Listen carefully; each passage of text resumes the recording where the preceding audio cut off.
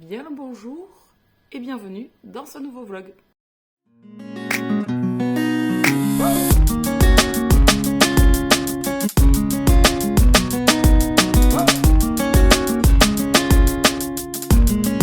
Je suis ravie de vous retrouver dans un nouveau vlog. J'essaie de pas trop tarder pour me remettre devant la caméra parce que j'ai beaucoup de livres déjà terminés depuis un bon moment dont je ne vous ai pas parlé, c'est-à-dire tout ça, oui, tout ça.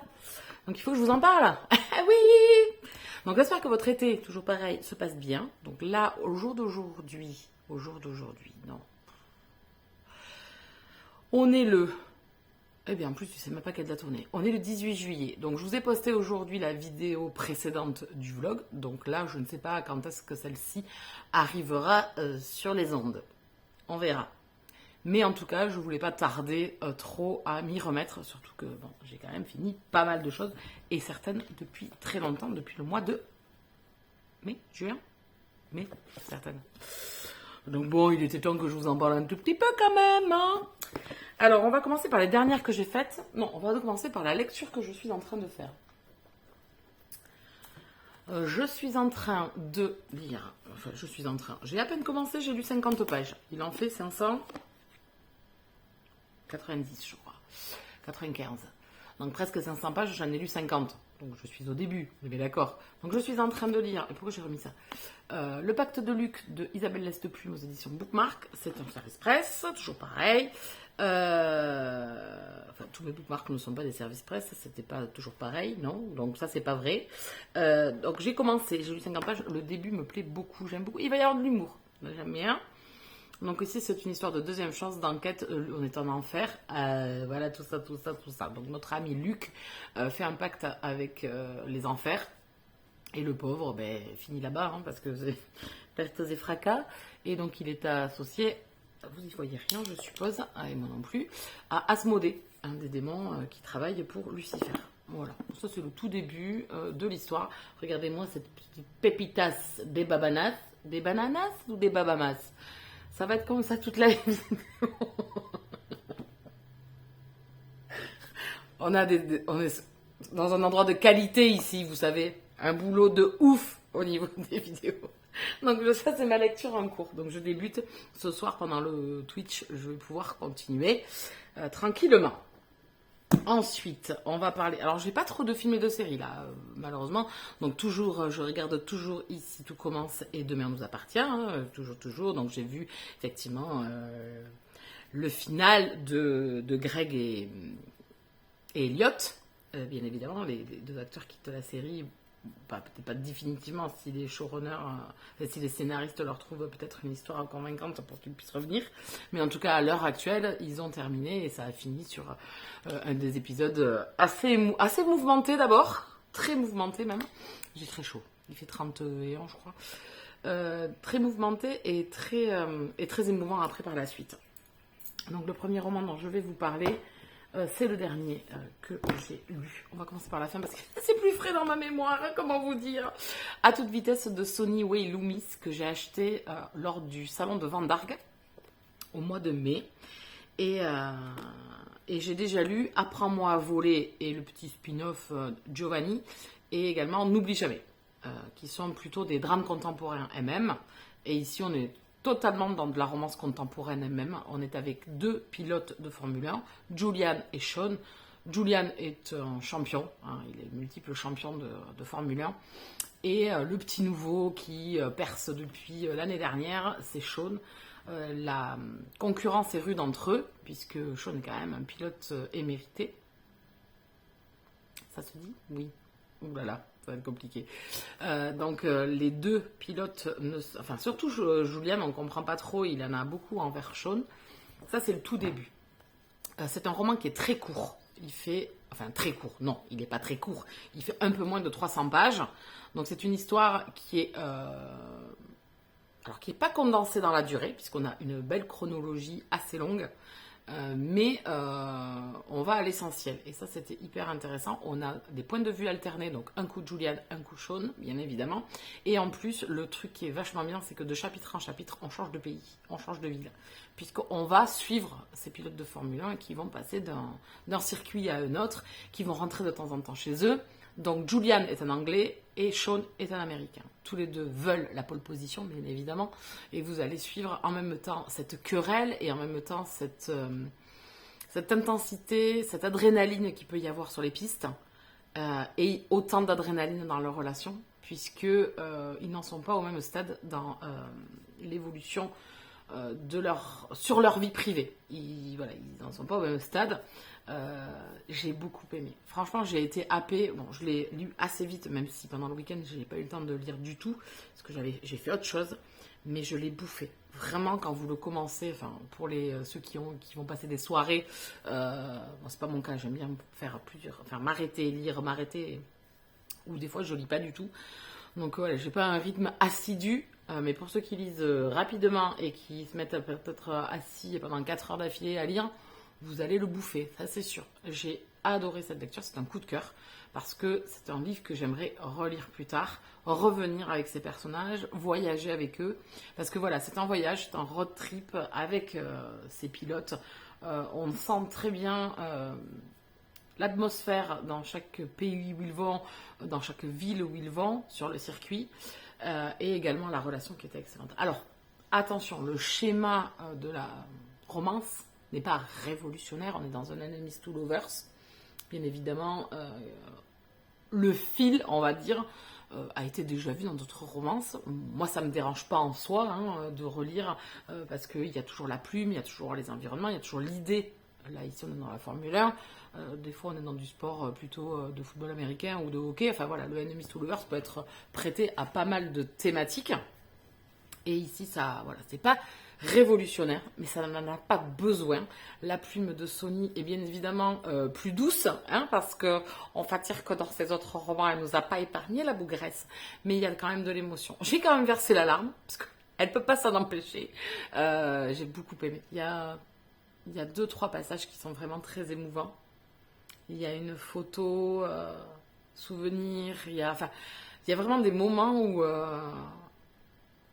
où j'ai eu l'émotion, quoi. Voilà. Elle peut pas s'en empêcher, elle nous amène un petit plus sur sa romance, pour ses personnages, un peu de gravité, un peu d'intensité, un peu de douleur aussi, qu'elle soit par leur sport parce qu'ils se donnent à 1000% et que c'est dur, c'est très dur, on le ressent parfaitement.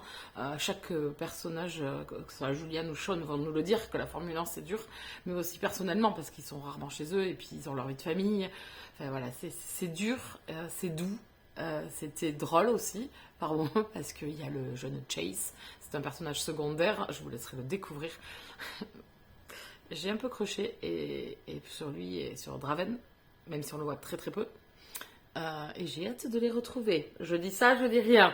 Donc voilà, je ne peux que vous le conseiller. C'est un roman qui est sorti en numérique au mois de juillet et qui sortira en papier au mois d'août. Jetez-vous dessus, vous allez passer un bon moment. C'est détente. Je trouve que pour cet été, c'est parfait. On n'est pas dans du drame, on n'est pas dans trop de trop. On n'est pas dans 1 milliard 250 000 émotions difficiles pour les personnages, mais ça se tient parfaitement parce qu'ils vivent quand même des choses pas faciles. Ils ont des choix à faire. Leur carrière passe avant tout. C'est un milieu assez macho, assez homophobe, donc du coup on le ressent aussi. Enfin voilà, elle a su mettre ce qu'il fallait. On va dire que le dosage est parfait. Pour moi, le dosage a été parfait. Il n'y a pas trop de trop, il y en a assez. On en voudrait toujours plus, mais je pense qu'on va peut-être les recroiser, éventuellement. Je me dis, si on a, je sais pas, un petit tome sur Chase, peut-être, on pourra les recroiser éventuellement. Donc voilà, si vous aimez les univers sportifs, peut-être les univers de sport mécanique, n'hésitez pas à foncer. La romance est toute mignonne et toute belle, et j'ai adoré, vraiment. Oh, c'était trop bien. Je le relirai, je pense. Ensuite, on va changer de registre totalement et on va partir avec de la romantaisie, avec de la romance fantasy, et même plutôt dark, même parce qu'on est dans un univers très très sombre. Donc c'est Aphantasia, le tome 1, Le Prince de Sang de Rochelle Kirst, que j'ai lu déjà depuis un petit moment. C'est un roman qui se savoure.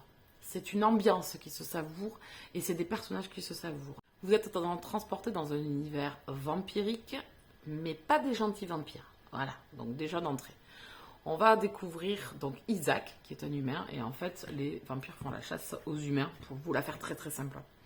et ils deviennent un petit peu leurs esclaves ou leur intraveineuse de sang. On va découvrir Isaac en mauvaise posture et on va démarrer cette histoire avec ce pouvoir donné aux vampires, cette atmosphère très sombre, très sanglante, très voilà. Le sang, le prince de sang, certes, mais le sang fait partie intégrante de l'histoire. Il ne peut pas être dissocié. Donc on va découvrir l'autre personnage masculin qui est Aldéric, qui est vampire, lui, donc un vampire, un humain. La confrontation et l'entente n'est pas cordiale du tout. Et on va nous apprendre quelque chose sur un manque ou un problème qu'a Isaac aujourd'hui. Donc on ne sait pas. En fait, on a une tierce voix aussi dans cette histoire que je n'ai pas encore découverte. C'est un roman poétique. C'est un roman de son côté sombre qui vous amène par la plume de l'autrice, qui est une plume travaillée, une plume qui essaye d'enchanter le lecteur, ou d'envoûter plutôt le lecteur, c'est plutôt ce mot-là, d'envoûter le lecteur, de mettre une atmosphère qui est elle aussi, alors le sang en fait partie, l'atmosphère est un personnage aussi de cette histoire. Ce duo va être enfermé dans un manoir, et il y a un autre personnage, Francis, pardon, Daniel. Non, il n'y a pas de Daniel, Francis, qui est un personnage qui fait le lien entre les deux, entre cette partie vampirique et cette noirceur et ce côté assez froid et énigmatique d'Aldéric et le côté humain d'Isaac qui est pris au piège et qui se sent enfermé, hein. Voilà, on va pas se mentir, il est enfermé, il est oppressé et sa rancœur commence à monter. Donc au début on a beaucoup d'empathie pour Isaac. J'avoue qu'au fil de ma lecture, grâce à des mises en situation, grâce à la plume de l'autrice, grâce à cette ambiance, à cet univers, Aldéric a pris le contre-pied par des actes qu'il fait et par des actes qu'Isaac fait aussi. Donc du coup, on va dire que mon humeur a changé, hein, et ma préférence a changé. Mais ce duo est vraiment très fort. On est vraiment dans la confrontation, on est vraiment dans la douleur. On est vraiment dans une soumission, une domination, mais qui est pas exprimée complètement, mais qui est omniprésente. Et on a la voix d'Isaac qui nous parle, on a les deux voix, hein, on a les deux voix qui nous parlent. Et j'aime beaucoup que ça soit l'humain avec trop d'émotions qui déborde et qui des fois déborde pas à bon escient et qui ne regarde pas vraiment en fait, qui a quand même pas mal de hier. Et ce côté d'Aldéric qui est un personnage plus froid, plus glacial, et tous les deux en fait on va les découvrir et je trouve que et que surtout Aldéric ne sait pas se confronter à ses émotions. C'est un vampire, il n'en a pas forcément beaucoup. L'empathie, il ne connaît pas. Et je sais pas, il a des réactions qui, lui aussi, ne réfléchit pas là-dessus. Et qui, nous, lecteurs, j'étais là, oui. Voilà, je sais pas comment vous parler, en fait, de ce roman sans trop en dire. Et j'ai envie d'en dire aussi, parce qu'il y a besoin d'en parler et que je pourrais en dire plein, mais en fait c'est toute une atmosphère et une plume poétique, donc forcément je lirai la suite, hein, j'ai vraiment adoré cette lecture. C'est une dark romance, mais dans le sens plume et ambiance, vraiment, et envoûtante. Le sang se déverse, la noirceur se déverse. Le personnage d'Isaac va vivre des choses quand même assez difficiles et ça monte en intensité. On sent le drame arriver sur la fin du roman. C'est comme tome 1, hein, il y a une suite. Mais on sent les choses arriver et en fait on est spectateur de cette frénésie sanguinaire des personnages. Une frénésie totale qui emporte tout le monde. Ce personnage de Francis qui fait le lien que j'ai adoré, c'est un personnage que j'ai vraiment crushé dessus. J'aime ce lien qu'il apporte entre Aldéric et Isaac, puisqu'ils sont vraiment très différents et qu'il y a beaucoup de difficultés de communication, ce qui est normal. L'un est prisonnier, l'autre a le pouvoir, et je trouve que la balance, au fur et à mesure où on lit, elle fait comme ça en fait. Elle est toujours en train de se rééquilibrer quelque part dans cet univers assez atypique. Alors c'est très atypique. Je crois que le grand plus, c'est la plume. Vraiment. Je pense que c'est une plume vraiment envoûtante. On l'a fait en lecture commune à plusieurs quand on l'a lu. Et je crois que l'engouement était unanime, quoi. L'engouement était... Et moi, j'avais envie de m'isoler avec eux, de vraiment profiter de cette lecture. Je peux que vous le conseiller si vous aimez. Vous n'avez pas peur de la dark, parce que forcément, ici, on a des personnages quand même brutaux. On a des personnages voilà, qui sont bruts de décoffrage, mais qui sont aussi odieux par moments. L'humain est traité comme un esclave. Mais je pense que ça va plus loin. J'attends. Alors, cette tierce voix que l'on n'entend pas tout le roman, mais qui vient distiller cette part d'énigme, de questionnement que l'on se pose sur qu'est-ce qu'on nous cache, qu'est-ce qui s'est réellement passé, pourquoi Isaac il a vécu ça. En fait, voilà. Donc, je ne peux pas vous en dire plus parce que je ne veux pas, vraiment pas spoiler. Il y a une fin sanguinaire à la fin, ça part en apothéose et on voit la noirceur de tous en fait. C'est pas que la noirceur des vampires en fait. Je pense que Isaac il a une partie sombre aussi qui se dévoile devant nos yeux au fur et à mesure où on lit le roman, dans ses excès, voilà, je vous dis dans le fait qu'il n'arrive pas à tenir ses émotions alors qu'Aldéric comprend pas en fait, qu'il a une partie vraiment froide et glaciale parce qu'il n'a pas ce type de sentiment. En fait, pour lui, c'est pas possible. Enfin, pour lui, par rapport à ce qu'il est, c'est pas possible. Et j'aime cette dualité. Et en même temps, il y a quelque chose. Il y a quelque chose. Alors, attention, public averti, bien évidemment. Vous savez si vous avez envie de lire de la dark fantasy ou pas. Si vous êtes abs, il y a des choses qui peuvent vous heurter. Vraiment, je pense. Mais en tout cas, moi, je me suis régalée. J'ai aimé passer du côté obscur de la force, quoi, si vous voulez. Voilà, donc je peux que vous le recommander. J'ai vraiment adoré la plume de Rochelle. C'est une plume magnifique, je vous dis envoûtante. Vraiment un travail de plume qui est vraiment quand même, voilà, on est sûr, voilà, elle s'est appropriée le côté sombre, elle s'est appropriée cette partie de fantaisie où on a une plume peut-être des fois, pas toujours, mais des fois assez soutenue. Voilà, il y a vraiment un panel dans ce roman qui est chapeau. Chapeau, c'est un roman qui ne plaira peut-être pas à tout le monde, peut-être, mais en tout cas qui va plaire à beaucoup. Si vous n'avez pas peur de la fantasy ou de la dark fantasy ou du dark, voilà, parce que les vampires ne sont pas comme Edward Cullen, par exemple, ça pourrait fortement vous plaire. En tout cas, moi, je suis ravie de l'avoir découvert. J'avais crushé en fait à la base sur la couverture et bien évidemment que je lirai le tome 2. Voilà, bon, peut-être pas de suite parce que j'ai pas le temps là, ces temps-ci. Puis c'est pas cet été de toute façon que je vais avoir le temps. Donc je vais peut-être me le garder pour me l'acheter à la Icône, le tome 2, comme ça je recroiserai l'autrice, puisque le tome 1, j'avais croisé l'autrice à la Icône. Et en plus, elle a été invitée au mois de juin lors du mois des fiertés. C'était super sympa, donc j'en profiterai peut-être à ce moment-là pour le racheter. On va s'arrêter là. Ça n'arrête pas de descendre, ça me gonflait.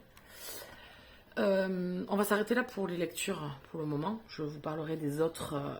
Il m'en reste 3 du coup à vous parler. Donc ces 3-là. Je vous en reparlerai je ferai d'autres rushs. Je vous rappelle qu'au mois d'août, on va lire le siècle, le tome 1, La chute des géants de Ken Follett, le premier de la trilogie. On va suivre un siècle avec des personnages, des descendants, et on va commencer pendant la Première Guerre mondiale avec 5 familles. Donc une famille de l'Europe aux États-Unis, des fonds des mines du pays de Galles aux antichambres du pouvoir soviétique en passant par les tranchées de la Somme. 5 familles vont se croiser, s'unir et se déchirer. Voilà. Et Ken Follett, je l'avais adoré avec Les Piliers de la Terre. Donc je pense que je vais me le faire en audio pour le mois d'août. Tout le mois d'août, tranquillement. Parce qu'il fait quand même 1000 pages. C'est écrit tout mini et rikiki. Donc voilà. C'est pour un rappel, si vous voulez nous rejoindre, le Discord se trouve en dessous et vous pourrez venir, il y a un salon dédié à cette lecture, donc vous pourrez venir en discuter avec nous. Je repasserai plus tard, je vais aller me préparer à manger puisque ce soir il y a live Twitch, donc j'ai pas envie d'être en retard. Et je vous dis à très vite.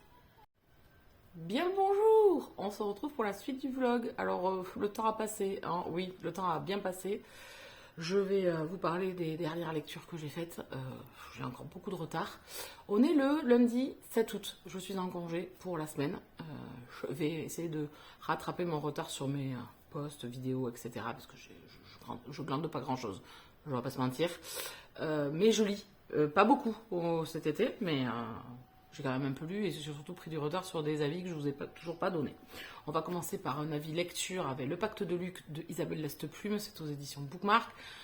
C'est de l'urban fantasy, on est sur Terre avec des pactes faits entre les démons et les humains.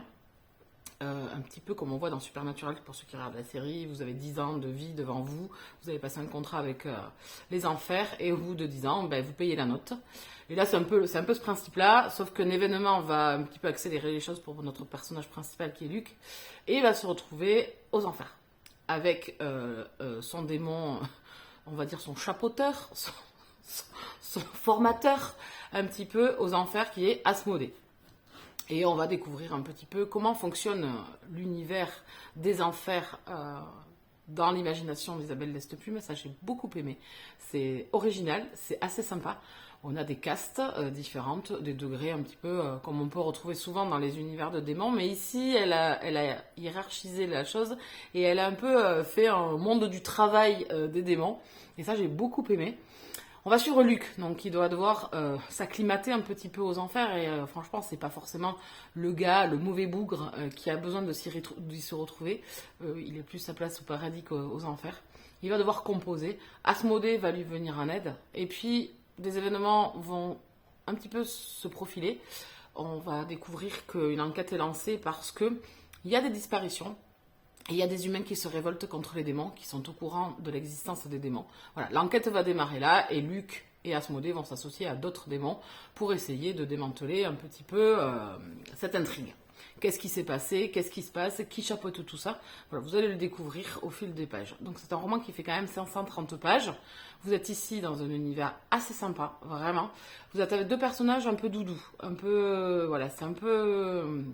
alors je dirais pas le pays des bisounours, mais un petit peu quand même. Et c'est du slow burn. Donc pour ceux qui aiment que ça prenne le temps, que la relation s'étoffe, qu'on développe un petit peu les personnalités de chaque personnage, ce roman est fait pour vous. Il n'y a absolument pas de scène de cucu. Donc voilà, c'est pour ceux qui n'aiment pas ça. On va aborder des thématiques d'identité, de genre, mais également aussi de sexualité, de plusieurs relations sexuelles différentes, et ça c'était hyper sympa. On a beaucoup de diversité dans ce roman. Ce que j'ai aimé, c'est qu'il n'y a pas de genre par moment. Le genre n'est pas défini sur des démons, hein. Ils peuvent être qui ils veulent. Donc franchement ça c'était super sympa. Pour moi la relation est un peu trop doudou. Je me retrouve aux enfers avec des bisounours. Asmodée c'est vraiment la crème de la crème de la crème de la crème. On se demande d'ailleurs ce qu'il fait là, hein.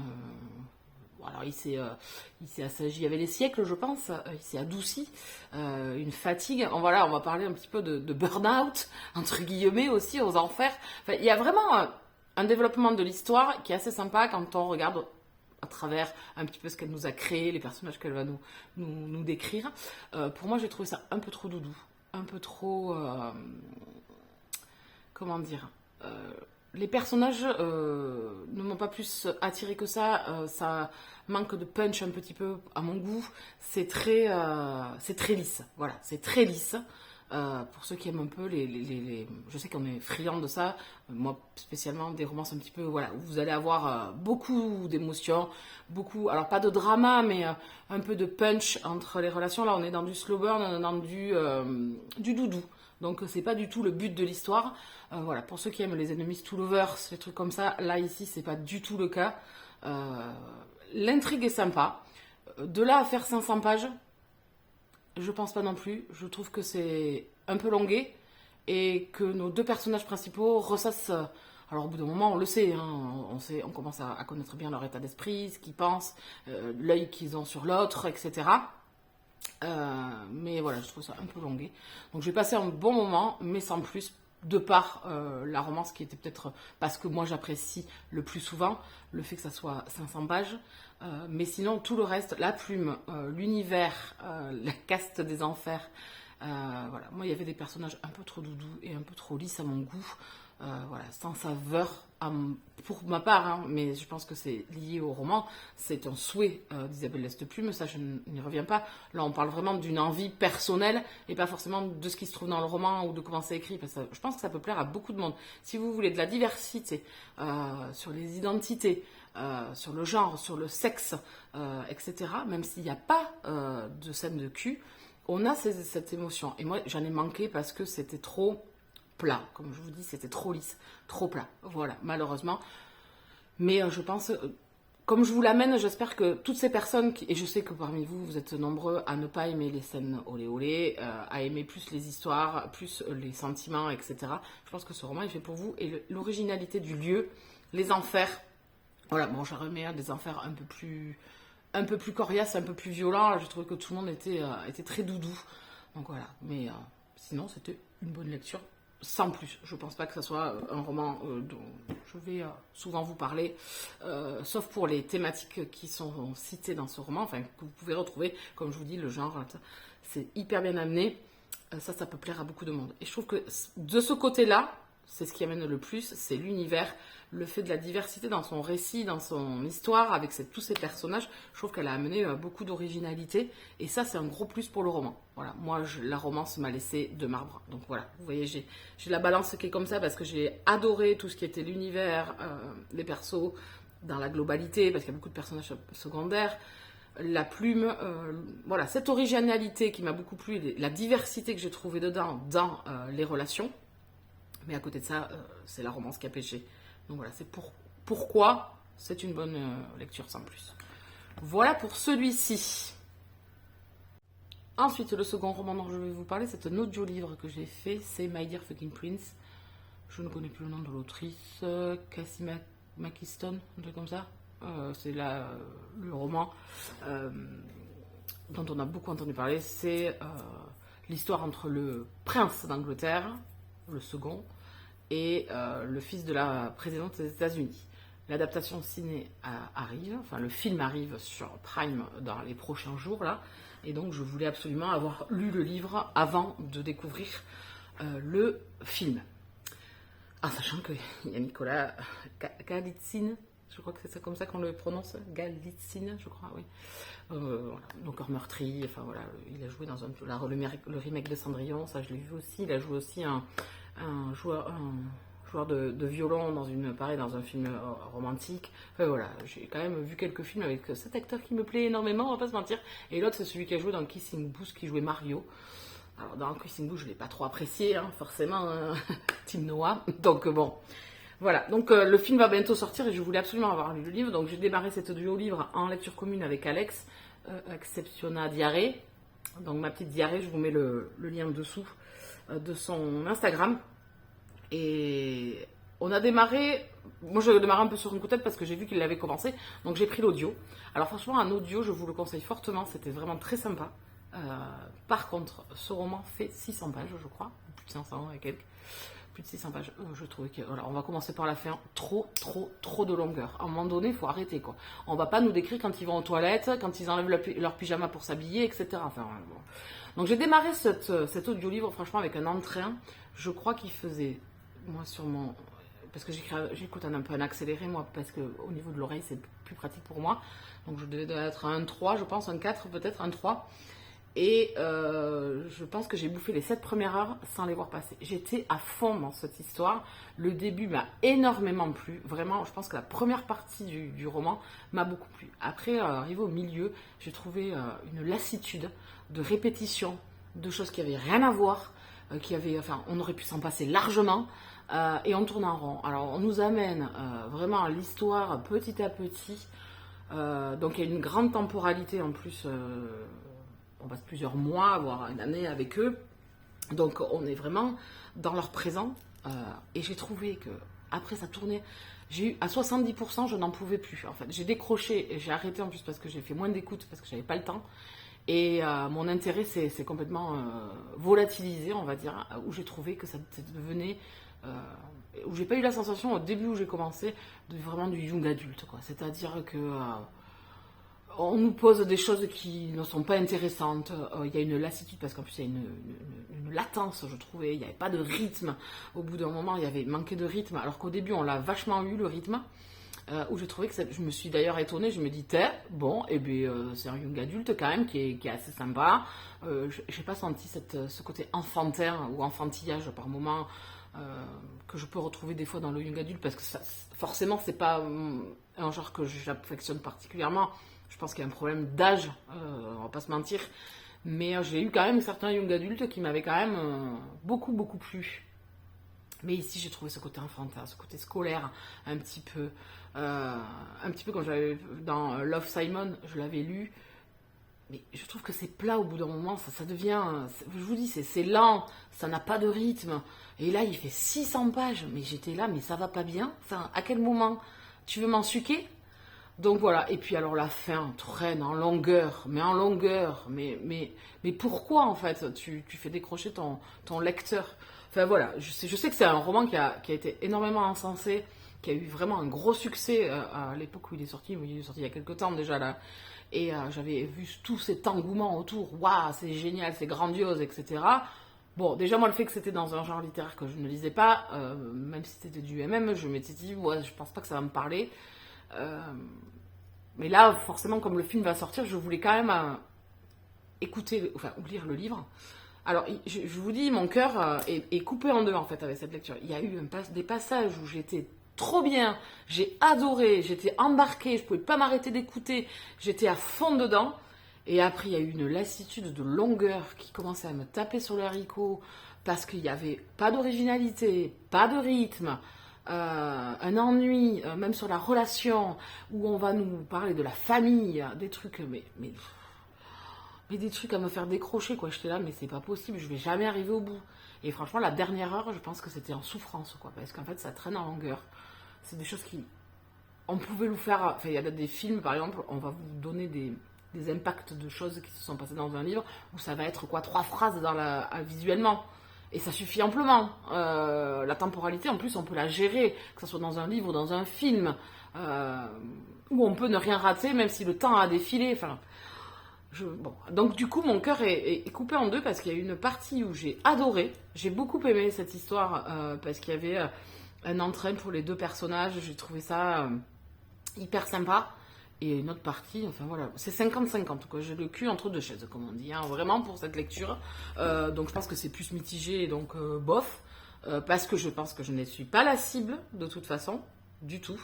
Et que que je me suis ennuyée au bout d'un moment, vraiment. Je trouve qu'elle a tout misé sur la première partie, qui était hyper entraînante et hyper sympa. Tout le début de cette relation, de ce Enemies to Lovers, etc., qui était excellent. Et une deuxième partie qui fait un flop, quoi, parce que du coup, c'est trop long et ça manque de rythme et d'intérêt. Et j'ai trouvé que pour deux personnages qui avaient quand même 22 et 23 ans au début, je crois, de l'histoire, on a l'impression par moment d'être avec des gamins de 17 ans. Vraiment, de 15-17 ans, qui, enfin, je sais pas, la façon dont c'était écrit, j'y ai plus cru à la relation au bout d'un moment, parce que je trouvais ça trop jeunesse, quoi. Trop, voilà, à 22 ou 23 ans, enfin, j'en connais, je pense qu'ils n'ont pas cette vision d'interchanger avec les gens. Enfin, voilà, il y avait un côté infantilisant des personnages qui m'a fait décrocher. Voilà, donc tout est super sur la première partie, et la deuxième est beaucoup plus mitigée. Malheureusement, je comprends pas qu'on fasse un livre de 600 pages. Je crois que c'est ça, les 150 ou... Non, en fait, surtout sur des romances. Enfin, je veux dire, il y a des livres, ça se tient. On lit en fantasy, peut-être, ouais. Mais là, non, c'est trop long. C'est trop long. Il y a trop de détails qui, au final, ne sont pas importants. Et du coup, ça fait décrocher le lecteur. Voilà. Donc, n'hésitez pas, si vous l'avez lu, à venir me dire ce que vous en avez pensé. Ce n'est que mon avis personnel, et je pense que, comme je l'ai déjà dit, la cible, c'était pas moi. Je voulais absolument le lire, parce que j'ai tellement entendu de choses que les gens m'ont dit c'est génial et tout. Et le fait qu'il y avait l'avoir le film. Donc voilà, je suis... Voilà, la balance, pareil, là... ouais, ça là, voilà. Au final, c'est mitigé, quoi. C'est mitigé, par contre, avec une première partie, où, comme je vous dis, je me dis, si je vais vers le coup de cœur. Avec un young adulte, je vais vers le coup de cœur. Et non, en fait, c'est trop long. Trop long. Voilà pour celui-là également. On va parler un peu série. On va parler de Station 19. Je me suis enquillée les 6 saisons. Alors j'avais regardé déjà les 3 premières il y a quelques années. J'avoue que je me souvenais de certaines choses, mais pas de tout, hein, forcément. Il y a 18 épisodes par saison, donc forcément je ne me souvenais pas de tout. Donc j'ai toujours recommencé du début, et là il y avait les 6 saisons sur Disney+. Donc je me suis gobé ça, mais à la vitesse de l'éclair. C'est une série que j'adore. C'est le spin-off de Grey's Anatomy. Alors je suis pas... J'aurai pas Grey's Anatomy. J'ai regardé les premières saisons, j'ai dû regarder jusqu'à la saison 6, je pense. 6, 7, peut-être. Par là. Et j'ai laissé tomber. Ouais, c'est une série qui a 19 épisodes, 19 saisons, pour l'instant. Donc, c'est pas une série que je regarde, mais je connaissais certains personnages. Puis vous les voyez sur les réseaux, puisqu'il y a toujours des. Voilà, TikTok, etc. Vous voyez toujours des passages de la série. Et donc Station 19 est un spin-off de cette série. Donc vous voyez des personnages de Grey's Anatomy venir en guest dans la série et inversement. Donc vous ratez quelques épisodes parce que des fois il y a des crossovers où ils vont faire un ou deux épisodes ensemble. Donc vous avez celui de Station 19 mais vous n'avez pas celui de Grey's Anatomy si vous ne regardez pas. Bon, moi ça ne m'a absolument pas dérangé, ça ne vous empêche pas de comprendre ce qui se passe sur les événements de chaque personnage s'il y a le crossover. Donc je me suis enquillée les 6 saisons de Station 19. J'avais oublié le plaisir que j'avais de regarder cette série. Dans cette série, vous avez une caserne de pompiers avec, on va dire, en personnage principal, une femme. Une femme dans un univers d'hommes, où le père était pompier, enfin voilà. Elle a ses preuves à faire, elle a que des embûches. Et on va suivre tous ces personnages de cette caserne où ils ont 3 femmes dans cette caserne, ce qui est rare, d'après ce qu'ils disent dans la série.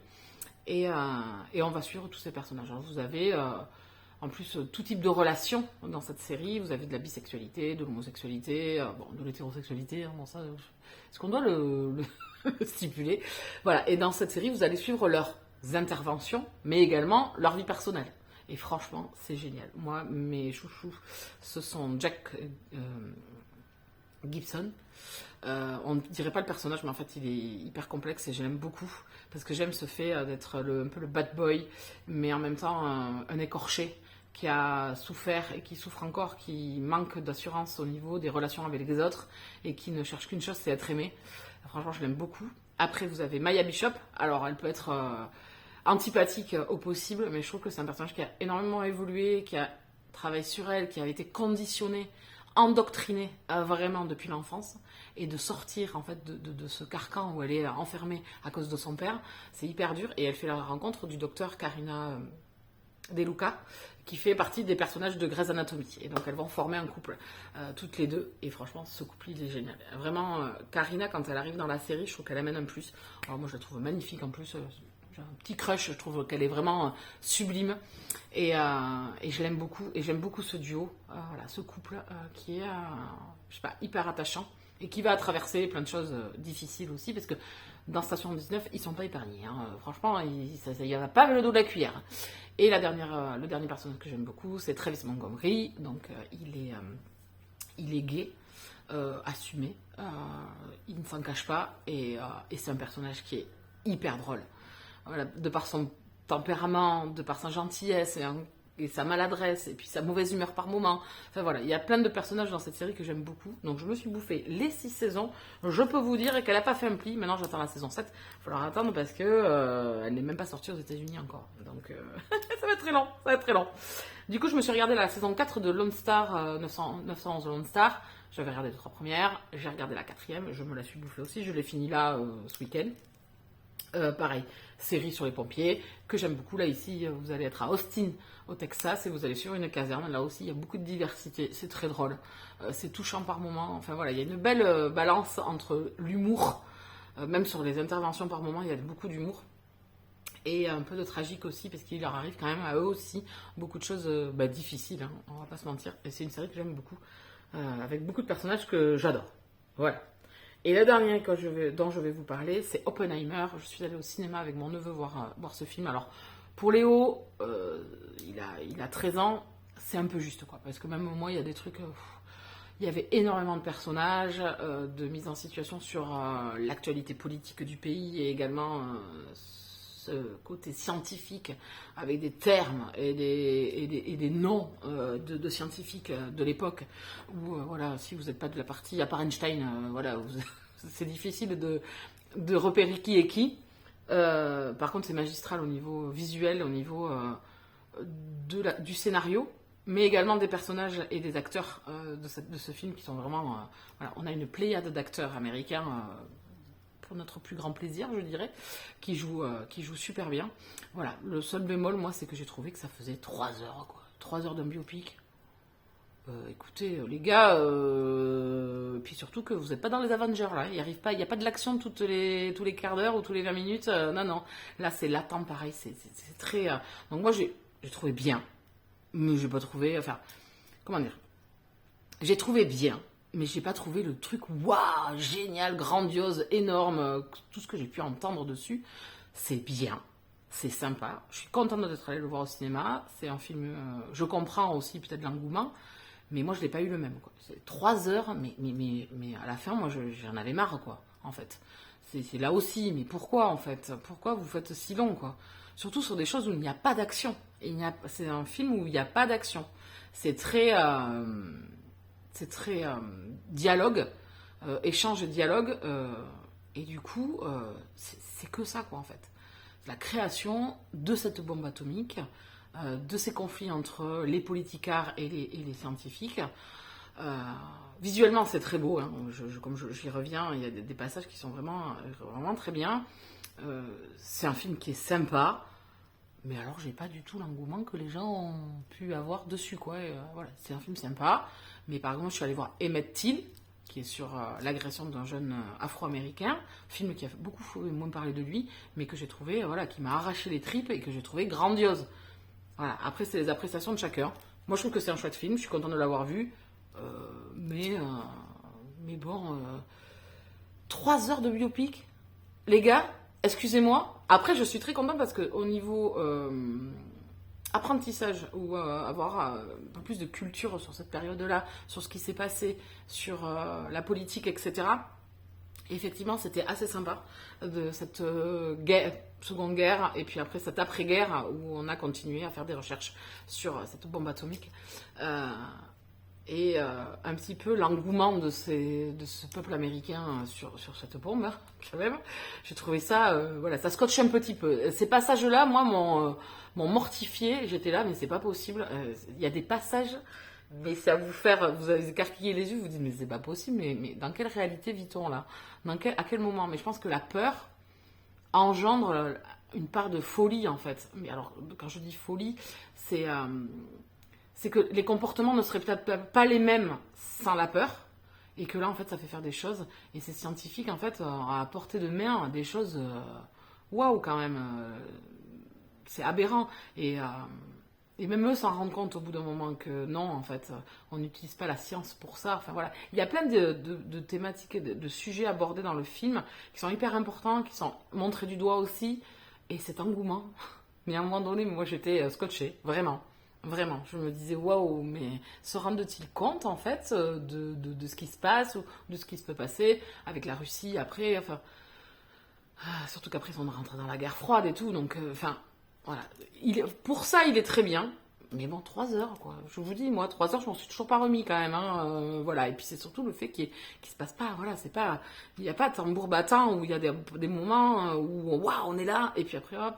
Non, c'est assez quand même linéaire, je trouve aussi. Hein. Voilà. Donc, un bon moment de cinéma. Mais c'est pas un coup de cœur, quoi. Non, pas du tout. Il faut également que je vous parle d'autres livres que j'ai terminés, mais dont je ne vous ai toujours pas parlé. Mais ça va venir, comme on dit. Patience, mère de vertu, je vais vous montrer les lectures que je suis en train de faire pour le moment. Alors, je vous montre. Je suis dans Witch and God, le tome 3, Insoumise Merouée, de Lifton. Je fais la lecture commune avec Julie. Moi, j'ai pas avancé du week-end. Hein. J'ai commencé en fin de semaine dernière. J'ai dû commencer mercredi, je pense. Ouais, mercredi. J'ai lu mercredi et jeudi. Bon, là, on est lundi. Vous voyez, j'ai pas avancé du tout. J'ai pas... Pourtant, voilà, j'ai bouffé hyper vite 170 pages sans les voir passer. Là, il faudrait que je m'y remette. Mais là, je suis dans une série, donc... Comment vous dire, hein? Vous aussi, vous avez compris. Voilà, donc je suis en train de lire ça. Et en même temps, en audio, Il faut que je me dépêche parce que j'ai toujours celui-ci a débuté La Chute des Géants, c'est la lecture commune sur le Discord avec les copains. Il y en a qui ont commencé, moi j'ai même pas encore entamé, c'est 1000 pages. Va falloir que je me bouge le haricot un peu. Et donc je suis dans Au Royaume l'héritier, le tome 2. Donc là j'ai écouté 200 pages pour le moment, j'aime beaucoup, j'aime autant que le premier opus. Si vous aimez les Game of Thrones, les Seigneurs des Anneaux, Cuchiel, qu'est-ce que j'ai vu d'autre, toutes la Guilde des Ombres, tout ça, franchement, Pierre Pével, il est aussi bon qu'un Game of Thrones, franchement. C'est hyper bien, c'est hyper sympa. Il y a de la politique, bien évidemment, il y a des guerres de royaume, il y a des manigances, vraiment, c'est trop bien. Il y a un peu de romance, mais c'est pas pour l'instant le but de l'histoire. Point trop d'infos, mais c'est pas grave. Et on a un personnage un peu un anti-héros. Et j'aime beaucoup. Beaucoup. Donc là, j'ai écouté 200 pages pour le moment. Il faut que je m'y remette. Voilà pour les news du jour. Je vais m'arrêter là. Donc pour le siècle, je vous ai dit, si vous voulez encore nous rejoindre, il n'y a pas de problème. Je vous dis, tout le monde n'a pas commencé encore la lecture commune. C'est sur le Discord. Le Discord, vous pouvez le retrouver sur mon lien en dessous. Ou sinon sur mon Instagram. Je pense que dans mon Linktree, il doit y être. Donc je vous ai donné tout ça.